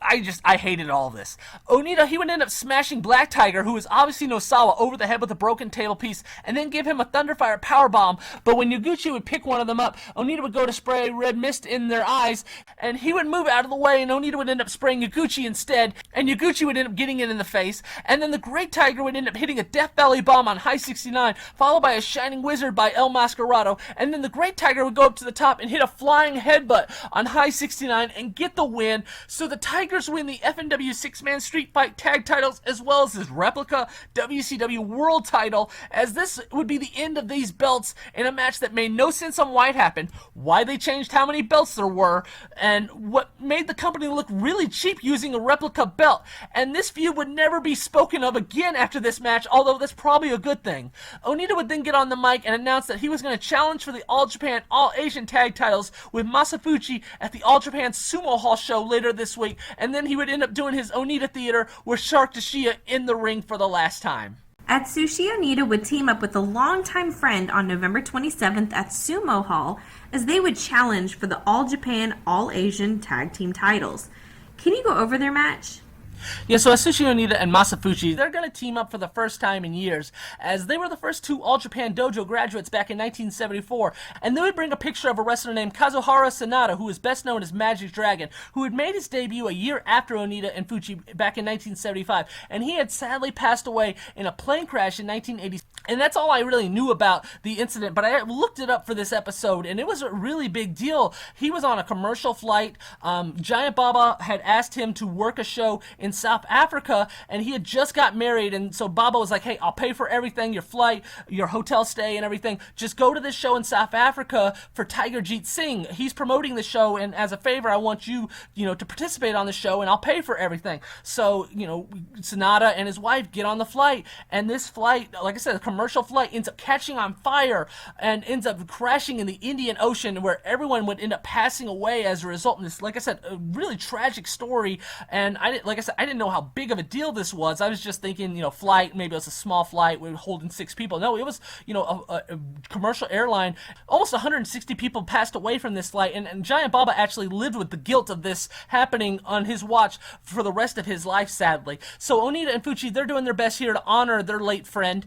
And although this was not an exploding barbed wire bat death match, for some reason, the exploding barbed wire bat was in the ring, and Onita would end up turning it on and look to use it, but Fuchi would come over and let Onita know that this was not a weapon allowed in All Japan, and Onita would respect Fuchi enough to turn off the exploding barbed wire bat. Onita, though, would end up spitting red mist in Sato's face, and then Fuchi would come over and deliver a backdrop to Sato, and he would end up picking up the win as Onita and Fuchi become the All Japan All Asian Tag Team Champions. They're the 100th All Japan All Asian Tag Team Champions after being the first 2 All Japan Dojo graduates. A Kumamoto charity event would take place in Osaka on December 7th in what would be Kanemura's final death match. Can you go over what the charity show was for and the match? Yeah, so this was a charity show for Kumamoto that had suffered a horrible earthquake back in April of this year. And on this show, the main event is going to be Atsushi Onita, Masato Tanaka, and Hideki Osaka taking on Kanemura, Yoshihiro Takayama, and Buffalo in an exploding barbed wire bat death match. And this is actually going to be Kanemura's final death match of his career. And he would end up nailing Onita with the exploding barbed wire bat and then trying to hit him with the chair, but Onita would end up spitting red mist in Kanemura's face. And then Osaka would grab Kanemura and take him to the top rope and hit him with a Hurricane Rana, followed by Tanaka going up to the top and hitting a Superfly Splash. And then Onita would end up turning on the exploding barbed wire bat and hitting Kanemura with it and get the win. So this was a nothing match, and afterwards Onita and Kanemura and everyone else would end up doing the Team No Respect Beef Brother dance together, as Kanemura is noticeably crying during this. I don't know why specifically, other than he kind of just realizes that his career is almost over, but I'd like to think it was because how bad this match actually was, especially for it being his last ever death match, as this match only went 7 minutes, and like I said, it was just the main event, and it was this awkward main event that was kind of an all-star show that had Dory Funk Jr., Kota Ibushi, Tatsumi Fujinami, and for this match, and specifically to be the last match, was just kind of weird. Kintaro Kanemura would have a singles match on December 9th in Shinkiba, and afterwards would interact with some Freedoms wrestlers for the first time in 7 years. Can you go over the match and the details that happened afterwards? Yeah, so Uega was this female FMW fan growing up, so whenever she would book these FMW wrestlers for her Shinkiba shows, and so she would end up booking a Mr. Ganasuke or an Anryo, and on this show, she's going to book a match with her taking on Kintaro Kanemura in the main event, and Uega, she would end up taking Kanemura and throwing him in the seats of Shinkiba, but Kanemura would come back and end up throwing some light strikes to her, and then bring her back in the ring, and bring out a barbed wire bat and begin carving her face open, and then end up hitting her with a chair over the back, and then Kanemura would begin working on Uega's cut before she would end up going low and then hitting Kanemura with the barbed wire bat. Uega would then place Kanemura on a table on the outside and go up to the top and dive off of it, sending Kanemura through the table. Kanemura eventually would come back though and pick up a broken table piece, but Uega would go low again and then take that broken table piece from him and begin smashing the table piece over Kanemura's head, and then suplex Kanemura on a stack of chairs, and then she would end up laying Kanemura on the stack of chairs and go up to the top, but Kanemura would get up and suplex her on the chairs and then take one of those chairs and just smash it over her head and then cover her and get the win. Kanemura's body was just done at this point, as this was just a basic Kanemura hardcore match. Afterwards, Kanemura would end up hugging Uega and raise her hand out of respect. All the wrestlers from the show would end up coming to the ring, and that would include the Freedoms team of Takashi Sasaki, Jintaro, and Toru Sugawara, who had all done this traditional Japanese comedy gimmick earlier in the show. Jintaro, he would be the first one to go to the ring and just hug Kanemura right away, so he has no issues with Kanemura. Takashi Sasaki, though, would sell the suspense and slowly go up to the ring and put his hand out for Kanemura to shake it, finally ending the beef between the two that had gone 7 years. This one was still a weird one for me, as Sasaki tried to bring Kanemura in towards the end of his Apache Army promotion in 2009 because it was not doing well at all, and so they did this angle where Kanemura was upset and kind of invading the Apache Army, but Kanemura was upset that, hey, you stole my Apache Army name, you're using this name, this is my promotion, and you've taken it from me, and, you know, they were going to do kind of, like I said, an outsider gimmick, and, you know, Sasaki was doing this out of a desperate attempt for the Apache Army because it was doing so poorly. Well, the sponsor was not happy about that because of Kanemura's sexual harassment scandal the year prior, and so he kind of was just, hey, Kanemura's not allowed here. And so the sponsor was so not happy that he ended up pulling out. I'm done with you guys. And with the Apache Army struggling so much, Takashi Sasaki ended up having to find a new sponsor, and that new sponsor ended up helping create create freedoms. So I guess it was a blessing in disguise for Sasaki that it would eventually create freedoms as a result. Now, Sasaki and Kanemura had not interacted with one another going back to 2009 until now. So like I said, it's just kind of weird, the whole thing of, hey, I want to work this angle with you, but when it blows up, I want nothing to do with you. So like I said, there was definitely heat between the two. So regardless of what was going on, I'm glad that Kanemura and Sasaki were able to square everything away and end on good terms before Kanemura's retirement later in the month. And then Kanemura, Sasaki, Kintaro, and everyone else on the show would end up doing the Team No Respect Brief Brother dance to end the show. The Big Japan Deathmatch title would be defended in a rematch of the Deathmania match that took place in August. This time, it would take place on December 18th at the Yokohama Bunka Gym. Can you go over this title match? Yeah, so Kankuro Hoshino is going to defend the Big Japan Deathmatch title once again against Abdullah Kobayashi, and this is going to be another fluorescent light tubes concrete blocks deathmatch. Although this match they're going to add chairs as well as 2 step stool ladders. This match would start with Hoshino and Kobayashi picking up concrete blocks and breaking them with each other before Hoshino would end up grabbing a light tube and just begin cutting open Kobayashi with it before sending Kobayashi headfirst into the light tube. Hoshino would then take some concrete blocks and place them on Kobayashi's back and break them over with another concrete block, and then Kobayashi would come back and break light tubes over Hoshino as the crowd would just be dead silent for this. Kobayashi would then go up to the top rope, but Hoshino would end up getting up and suplexing Kobayashi off the top onto the concrete blocks, and then they would begin headbutting one another and hitting each other over the head, with Hoshino knocking Kobayashi down and hitting him with a concrete block as Hoshino would end up stacking some light tubes onto one another over a step ladder and then just drop Kobayashi into them, which would be a really cool looking spot. Hoshino would then place the other step ladder over Kobayashi while he was already laying on the other one, and then deliver a senton off the top, but Kobayashi would manage to kick out this time. He would then just begin launching light tubes at Kobayashi's head before Kobayashi would turn around and hit him in the back with one, but then Hoshino would end up hitting him with another stack of light tubes, but Kobayashi would end up delivering a roundhouse kick to Hoshino. They would then just begin grabbing stacks upon stacks of chairs and just tossing them at one another before Kobayashi would end up taking a concrete block and just tossing it at Hoshino, and then hit an Olympic slam on a stack of chairs before climbing up to the top and delivering an elbow drop, with Hoshino managing to kick out when Kobayashi would cover him. Kobayashi would then just grab this huge amount of light tubes and just fling them at Hoshino, which would get a huge pop from the crowd as the crowd is really beginning to react to this match. Kobayashi would then pick Hoshino up and he would just roll Kobayashi up out of nowhere, but that would be his last chance to get the win here, as Kobayashi would end up hitting Hoshino with a Shining Wizard and then take the step ladders and hit a German suplex on Hoshino onto both of them, and then go up to the top and drop an elbow, but Hoshino would still manage to kick out, and then Kobayashi would end up hitting a drop kick like only Kobayashi can, and then place Hoshino in a Boston Crab, and Hoshino would have no chance and have to tap out, as Kobayashi gets the win here and becomes the Big Japan Deathmatch champion once again, as at the end of the day, no matter how long you actually hold this title, you're really just a transitional champion for either Ryuji Ito or Abdullah Kobayashi in Big Japan. Super Battle FMW would hold a show on December 23rd at Takamatsu, where Onita would end up getting injured. Can you go over the details of Onita's injury? Yeah, so this was a house show, so there wasn't any video of this match, but Onita, he would end up taking his usual double suplex spot by Yaguchi and Hashimoto through a barbed wire board, and Onita would be in so much pain after that move that he would end up passing out during the match, and Tanaka, who was his partner, would end up having to just improvise and get the win instead of Onita, which was the plan to end this match. Onita would be in so much pain, but he would still manage to do his planned Team No Respect Brief Brother dance to end the show, as he would end up going to the waiting room where an ambulance would be called, and Onita would be taken to the hospital where he would be diagnosed as having suffered a fractured lower backbone on the side of his pelvis region. Onita would be told that he would need to take 2 months off, and to make matters worse, Onita would actually end up catching a cold while in the hospital. The Apache Army would hold its final show ever on December 25th at Shinkiba, with Kanemura challenging for the WEW title. Can you go over this match as well as the main event for everybody? Kanemura, he had been feuding with Koji Kanemoto over the last year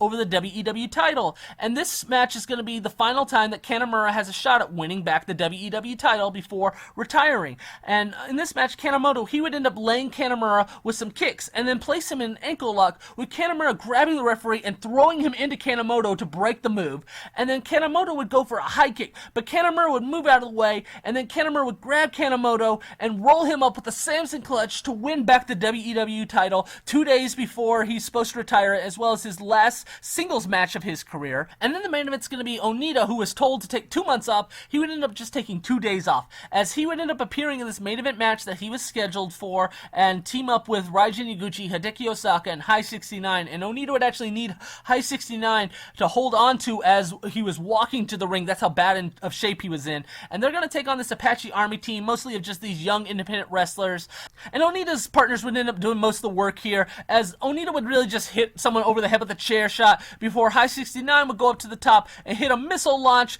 to get the win here. And then Onita would get on the mic and with all the rest of the Apache Army members do the Team No Respect Brief Brother dance to officially end the Apache Army after 13 years, as this group is going to officially close down now with Kanemura retiring. Jun Kasai would promote his Christmas Deathmatch show on December 26th at Corrigan Hall. Can you talk about why the Christmas Deathmatch show didn't take place on Christmas?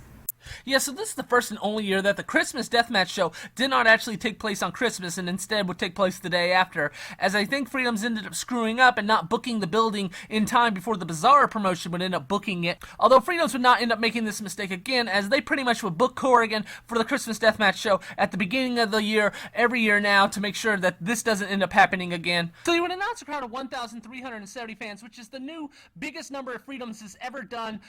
besting the last year Christmas Deathmatch show by 10 fans, but this is, like I said, a great number, especially considering Jun Kasai is not in the main event here. On the show, Masashi Takeda is going to take on Mito Extremo in a fluorescent light tubes deathmatch. They would start the match off by just grabbing light tubes and begin stomping on them, breaking them all over the ring so glass would cover the mat, and then they would end up doing rolls while on the glass-covered mat, and then doing some technical wrestling, and then Mito would end up charging at Takeda, but he would end up delivering a drop toe hold, sending Mito face first into a stack of light tubes in the corner, but then he would end up coming back by throwing Takeda into some light tubes attached to the ropes, sending him to the outside, and then Mito would end up hitting an onside moonsault on Takeda. Mito would then take a Kinzon and shove it in Takeda's forehead before dumping the rest of the Kinzons on the mat and then trying to suplex Takeda, but Takeda would end up escaping and slamming Mito onto the Kinzons. Takeda would then place some light tubes over Mito and hit a running knee, breaking the light tubes over Mito, but he would come back with an Asai moonsault onto Takeda as the fans are chanting for Mito here. Mito would then go up to the top, but Takeda would come over and break a stack of light tubes over his back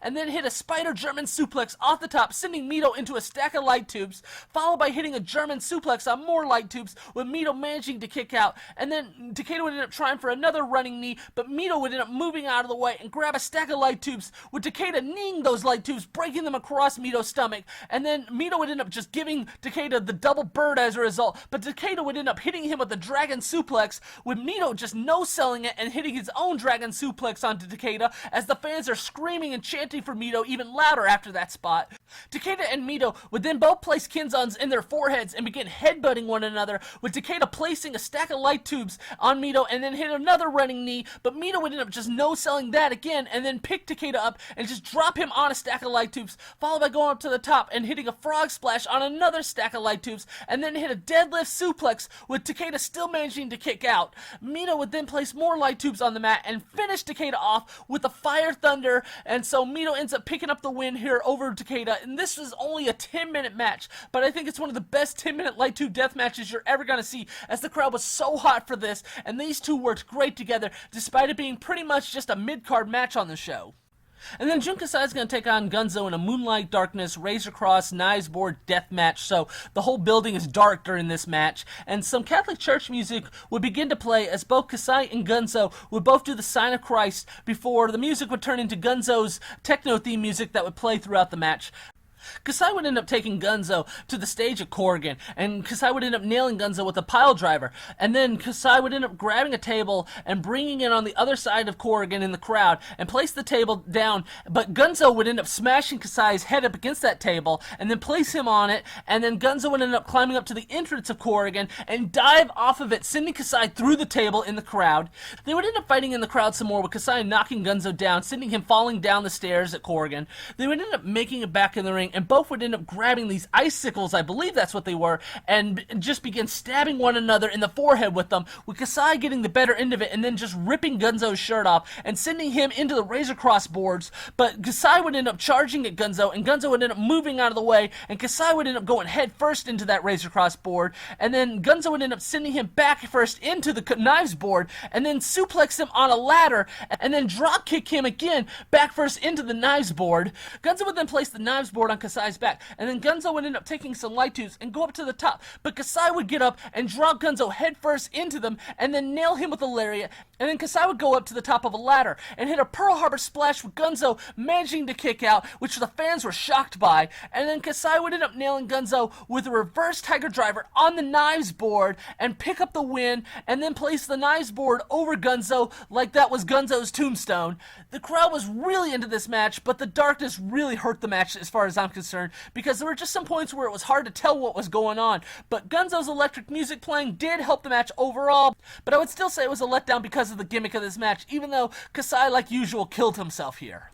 Then the main event's going to be Violento Jack defending the King of Freedom world title against Daisuke Masaaka in a scaffold glass board death match, with one of the glass boards having broken cans attached to it. Masaaka and Jack, they would shake hands, but Jack would end up slapping Masaaka in the face, and then Masaaka would begin striking Jack, knocking him out of the ring, and then nail Jack with a tope con hilo to the outside. They would end up getting back in the ring, and Jack would end up kicking Masaaka and picking him up and just powerbombing Masaaka straight into the glass board with broken cans attached to it, followed by Jack taking one of the broken cans and just begin cutting Masaaka's head open with it. And then Jack would charge at Masaaka, but he would be met with a knee to the head, sending him out of the ring, as Masaaka would end up nailing Jack with an Asai moonsault, and then he would bring Jack back in the ring and grab a bucket of thumbtacks and drop them over himself and Jack. Masaaka would then end up picking Jack up and just drop him on the thumbtacks, and then go up to the top rope, but Jack would climb up to the top and suplex Masaaka off of it, but Masaaka would end up hanging on and right away just pick Jack up and hit a suplex on him, and then Masaaka would then go up to the top of the scaffold and deliver a splash on Jack and cover him, but Jack would manage to kick out. They would begin striking one another, with Jack just giving repeated slaps to Masaaka's face, and then nail Masaaka's head off with a lariat, and then Jack would pick Masaaka up and drop him down on his knees, and then Jack would climb up to the top of the scaffold and nail a swanton bomb off of it and cover Masaaka, but Masaaka would manage to kick out. Jack would then set up the other glass board on a stack of chairs and place Masaaka under the glass board, as Jack would go up to the top of the scaffold again, but Masaaka would get up again and climb up to the top of the scaffold as well, and Jack would actually try to hit a package pile driver off the scaffold, but Masaaka would counter that and pick Violento Jack up and come down with him, bringing Jack down through the glass board off the scaffold in one of the more memorable spots in Freedom's history, as they're really trying to do what Big Japan did here with Yuko Miyamoto a decade earlier with his scaffold death match. Masaaka would then go up to the top and hit a Rakura Kai knee drop, and then follow that up by climbing up to the scaffold again, and then Masaaka would end up hitting a Rakura Kai knee drop off the scaffold onto Violento Jack and get the win here. This was a great spot fest. Some of the in-between spots that took away from the match being this amazing match, but regardless, some of the stuff here that they did, especially Masaaka putting Jack through the glass board off a scaffold, was amazing, and this is a great way to put Masaaka over here as the new champion, which it's been pretty much building for the last 2 years, and now finally Masaaka is the top guy in Freedoms as champion. Jack would end up presenting Masaaka with the belt, and they would end up fist bumping out of respect, as Masaaka now is going to be the guy going into 2017 for Freedoms. Kintaro Kanemura would hold his retirement ceremony on December 27th at Corrigan Hall. Can you go over his final match and the ceremony afterwards? So this would not be taped other than highlights being shown on Samurai TV's Battleman, as there was only one camera crew filming, and that was Samurai TV, as I guess Kanemura was just not interested in selling the DVD with him no longer being in wrestling. And the main event here is going to be Kintaro Kanemura, Masato Tanaka, and Tetsuhiro Kuroda teaming up, and they're going to come through the crowd at Corrigan with Kanemura wearing Fuyuki's jacket, and then they would end up doing the Team No Respect dance in the ring, and they're going to face off against Daisuke Sekimoto, Kohei Sato, and Yuji Haino, who's filling in for Shingo Takagi, which is who Kanemura originally wanted for this match, but Dragon Gate ended up having a show that day, so Haino's gonna fill in for him. And this match would start with Kanemura going up against Daisuke Sekimoto, who is actually really good friends with Kanemura in real life, and this would be their first interaction in the ring since Kanemura's sexual harassment scandal due to Big Japan expelling him and not wanting any other guys to ever interact with Kanemura. Big Japan President Eiji Tasaka is actually in the crowd watching over, making sure everything goes as planned. Kanemura and Sekimoto, they would begin exchanging chops before eventually Kanemura would end up placing Sekimoto on a table on the outside and go up to the top and dive off the top for the last time, sending Sekimoto through the table. And then Kanemura would end up taking the broken table piece and just begin smashing it over Sekimoto's head, and then begin delivering chops to Sekimoto. But Sekimoto would end up charging at Kanemura, and Kanemura would end up catching him and deliver a suplex to Sekimoto. And then Tanaka would come up to the top rope and hit a superfly splash on Sato, but Sekimoto would come over and make the save by delivering a deadlift suplex to Tanaka, and then Sekimoto would throw Kanemura in the corner, and Sekimoto, Sato, and Hino would all charge at Kanemura in the corner, and then Sato would pick Kanemura up and deliver a pile driver to him, and then Hino would go up to the top and nail Kanemura with the splash, and then Sekimoto would end up nailing Kanemura with a lariat and cover Kanemura, but Kanemura would manage to kick out. But then Sekimoto would come over and pick Kanemura up and deliver a deadlift German suplex and get the 3 count to get the win over Kanemura in his retirement match. Afterwards, Sekimoto would help Kanemura up out of respect, and Kanemura would end up hugging Sekimoto, as like I said, they were really close friends actually. And then they would have Kanemura's retirement ceremony, and Ryuji Yamakawa, he'd be the first one to come to the ring. Yamakawa and Kanemura, they had feuded and teamed up in Big Japan and FMW around 2000, 2001-ish, and Yamakawa would hug Kanemura, and then Mitsuhiro Matsunaga would come to the ring, and even though Kanemura hates Matsunaga in real life, their careers have been connected for so long, Matsunaga needed to be there. And then Onita, he would come to the ring, he would have to take the show off due to his injury that he had suffered, but he would walk to the ring on crutches, and he would just talk to Kanemura before the entire roster that was on the show would end up getting in the ring and take a group picture with Kanemura. And then Kanemura would end up getting on the mic and thank Tanaka and Kuroda and the fans for supporting him during his career, as they would then do his 10 bells salute to officially end Kanemura's career, as Kanemura would end up picking up the WEW title and hold it up as the fans would throw streamers in the ring. And then Tanaka and Kuroda, they would get back in the ring and they would do the Team No Respect Brief Brother dance, and you could see Mr. Ganosuke outside the ring doing the dance as well, as Kanemura would end up lifting Tanaka and Kuroda's arms to end the show and end Kanemura's 26-year career. All right, Brett, can you let everyone know where they can find you at? Yeah, you can find my website at bahufmw.com or fmwwrestling.us. I have news, results, biographies of a lot of the FMW wrestlers. I also sell DVDs and MP4s of pretty much everything FMW, Freedoms. I have a bunch of Big Japan, 01 Michinoku Pro. So if you're ever interested in purchasing, you can just send me an email, and if you want an MP4, you can get it that day even. I also have an Instagram at BahuFMW World, where I go through all my magazines, and throughout the last 4 years have just collected thousands of pictures and posted on there, and every so often I post about 20-30 pictures in a row. Also, you can find me on Twitter at BahuFMW, where I'll post anything news related, as well as I do these 1-minute This Day in History videos that has anything significant as far as FMW or anything related to it, which tend to be pretty popular actually. And then also you can find me on YouTube at Brett FMW, where I've posted every video of the history of FMW. I have career music videos up there, and I also have done the top 100 FMW matches if you want to see those. If you want to just listen to this show, if you want to just listen to the podcast only history of FMW, you can find this show on Stitcher or iTunes. Just search History of FMW and it'll pop up if you want to just listen to it on your phone instead of watch it. And then also I have a Facebook group called History of FMW, where I've posted all the History of FMW videos, as well as anything FMW related. I'm going through some Hayabusa memoirs recently and posting stuff like that. And also if you want to just chat with other fans of FMW or Wing or other promotions like that, they're on there as well. And then also I wanted to let everyone know I recently have gotten the Hayabusa jacket, the brown Hayabusa jacket that he wore to Kawasaki Stadium to the ring against Onita on May 5th, 1995, and as well as May 5th, 1996 against Pogo and Funk, as well as other really big matches of his career. I was able to obtain that, so currently I actually have 2 of the 3 Hayabusa jackets, so pretty pumped about that. I don't know where I'm going to put it yet, because I already have a shadow box for the white jacket. I was not planning on this brown jacket being available, but once it came available, I knew I had to buy it. So right now it's just sitting in my room, and I'm going to make sure to take care of it and give it a good home. And that's pretty much it. Thanks for joining us, everybody. We will be back for the next History of FMW episode where we will be going over the first half of 2017. See you then!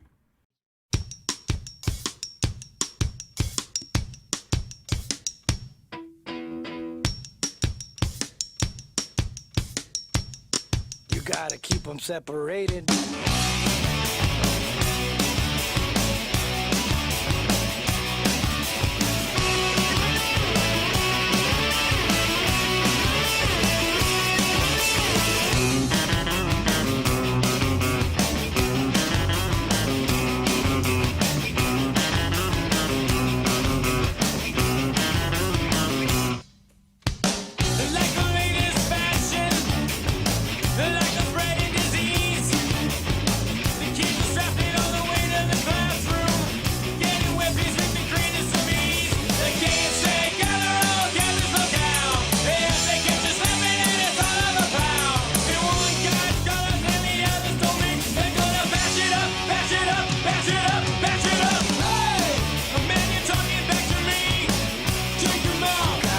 Separated. Hey! The man, you're disrespecting me.